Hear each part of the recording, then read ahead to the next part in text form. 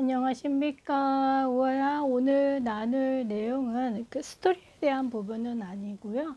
우아가 성경을 읽다 보면 왕들에 대한 부분들, 그리고 이스라엘이 우상숭배를 심각해서 타락한 모습으로 갈 때 대표적으로 그 우상숭배를 많이 했던 사람의 대표적인 이름으로 여로보암이라고 하는 사람의 이름이 나와요. 그 여로보암의 길로 갔다라고 하는 부분이 나오는데, 도대체 여로보암은 어떤 사람이기에 그렇게 악한 사람으로 이렇게 성경에 기록되어졌는지 우리가 찾아볼 건데요. 자, 그래서 약간 위에서부터 아래로 내려오는 그런 의미는 아니고, 밖에서 그러니까 안으로 올라간다고 표현을 해야 될까요? 역으로 이렇게 추적해서 올라가는 겁니다. 그러니까 여로보암의 뿌리가 어디 있는지 그 부분을 한번 보자라고 하는 거죠.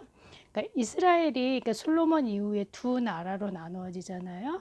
솔로몬이 우상 숭배를 심각하게 하면서 하나님의 한 나라였던 이스라엘을 북쪽 이스라엘과 남쪽 유다로 나눌 것을 말씀하셔요. 그리고 이미 그 일에 대해서는 아이야라고 하는 사람을 통해서 그 북쪽에 여로보암을 중심으로 해서 10지파를 가져갈 거다라고 말씀하시고, 남쪽에는 솔로몬의 아들인 르호보암이 왕으로서 남쪽 유다를 다스릴 것을 말씀하시죠. 그러니까 남쪽에는 유다와 함께 베냐민 지파가 르호보암에 의해서 남유다를 형성하게 되어지고요. 자, 그리고 여로보암은 북쪽의 10지파, 여로보암은 바로 에브람 지파 사람입니다. 에브람은 누구냐 하면 이 부분에 올라갈 때 기억나실 겁니다. 야곱이죠. 네, 야곱에게는 이렇게 두 명의 와이프가 있었는데 리아와 레이첼이죠. 하지만 야곱은 레이첼을 더 많이 사랑했습니다. 그래서 레이첼을 통해서 얻은 아들이 요셉과 베냐민이죠. 그리고 레이첼은 베냐민을 낳는 중에 사실 죽게 되어졌는데, 자, 요셉이 결혼한 여인들이 누구인가 하면 이스라엘 사람들이 아니에요. 그러니까 애굽 여인들과 결혼해서 낳은 두 명의 아들이 있는데, 첫째가 므낫세, 그리고 둘째가 에브라함입니다. 자, 우리가 하나님이 원하시는 세계 복음화 모든 민족, 분명히 이스라엘 12지파 안에도 이방인들이 들어가지요. 자, 이 부분은 우리가 나중에 나눌 거고요.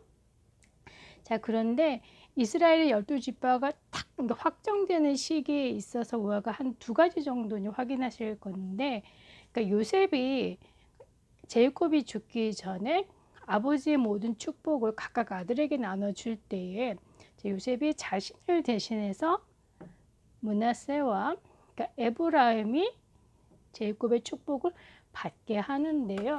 손가락을 팔을 엇갈려서 축복을 받게 하지요. 그러니까 첫째가 받아야 되는 축복, 그 둘째가 받아야 되는 축복이 있잖아요. 그런데 그걸 바꿔서, 그러니까 에브라임이 그 장자의 축복을 받을 수 있도록 요셉이 하지요. 물론 제이콥 또한 그것을 허락하게 되어지는데, 그러니까 결과적으로 봤었을 때는 제이콥에게는 분명히 첫째 아들, 둘째 아들이 있어요. 르우벤과 시므온이 있는데, 왜 제이콥은 그들에게 장자의 축복을 줄 수 있는 부분들을 주지 않고 요셉의 아들들 에브라임과 므낫세에게 그 내용을 넘겼는지는 정확하게 모르지만, 자, 그때부터 에브라임이 이스라엘 12지파 안에 요셉 대신해서 들어가게 되어지지요. 자, 그러면 우아가 수학을 잘한다고 했으니까 좀 뭔가가 숫자가 안 맞지요? 12지파인데 13개가 되잖아요. 다름 아니라 이스라엘이 가나안 땅 들어갈 때 땅을 이렇게 분배해줘요. 각 지파별로. 그런데 레위 지파는 땅 분배를 받지 못하게 되어집니다. 이해되시죠? 그래서 레위 지파가 빠지고 이스라엘 12지파를 얘기했을 때는 요셉의 두 명의 아들을 제이콥에게 양자로 보내서 딱 12개가 맞지요. 자, 그런데 어떤 문제가 있었냐면 가나안을 정복한 여호수아 기억나시죠? 그러니까 여호수아 또한 에브라임 지파입니다. 자, 그만큼 에브라임 지파가 굉장히 힘이 있었고 리더십도 있었다라고 하는 부분인데, 여호수아 이후에 이스라엘은 하나님이 누구이시고 그가 행하신 일 다 잊어버리게 되어진 거예요. 그러니까 영적인 질서가 무너지게 되어지다 보니까 모든 부분들이 무질서하지요. 자, 그래서 하나님께서 12지파를 이렇게 돌려가면서 그들 중에 한 사람씩을 이제 사사로 세워서 계속 이어가는 게 바로 이제 사사기서인데, 자, 에브라임 지파의 가장 큰 문제는 무엇인고 하니까 항상 내가 1등, 내가 이스라엘 12지파 가운데 최고, 뭐야 이걸 보고 우월의식이라고 그러잖아요. 내가 제일 잘하는 거. 왜 그런 마음이 들었는지는 모르겠지만, 자, 그래서 다른 지파들이 그 블레셋과의 전쟁이든 아니면 여러 가지 문제들 있을 때 해결하면 좋잖아요. 근데 그거 너무 싫어했어요.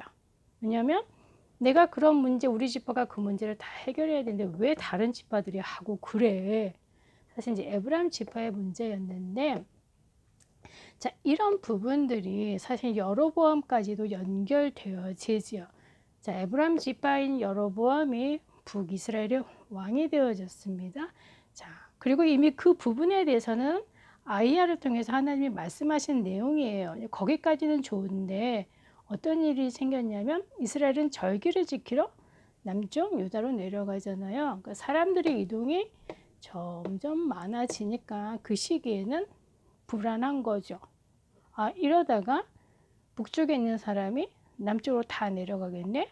내가 지금 왕인데 이게 이 나라가 지속될 수 있을까?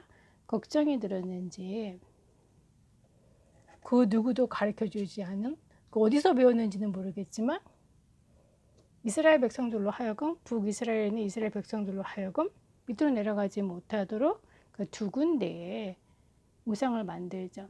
단과 베델에.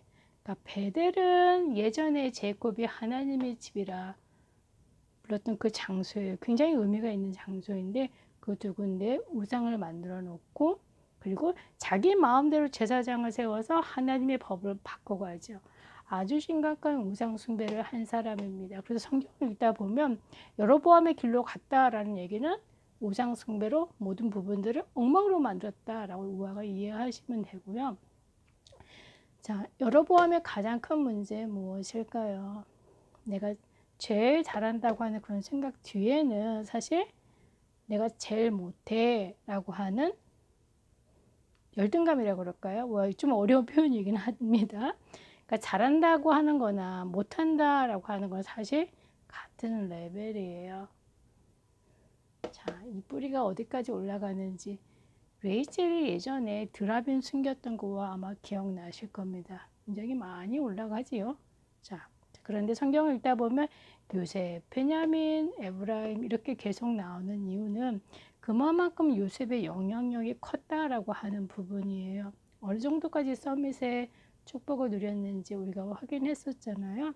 자, 그렇다라고 하면 우아가 지금은 어린 것까지만 절대 어리지 않습니다. 앞으로 우아 이후에 우아의 후대에게 어떤 부분을 영적인 유산으로 남겨야 되고 어떻게 하나님이 원하시는 삶을 살아가는지 우리가 앞으로 스토리를 통해서 이제 계속 확인할 건데요. 분명히 우리 마음 속에도 그 여로보암 같은 마음은 있어요. 내가 제일 잘하고 싶은 거. 때로는 안 되면 왜 나만 못해? 라고 하는 거. 그 동전의 양면하고 똑같죠.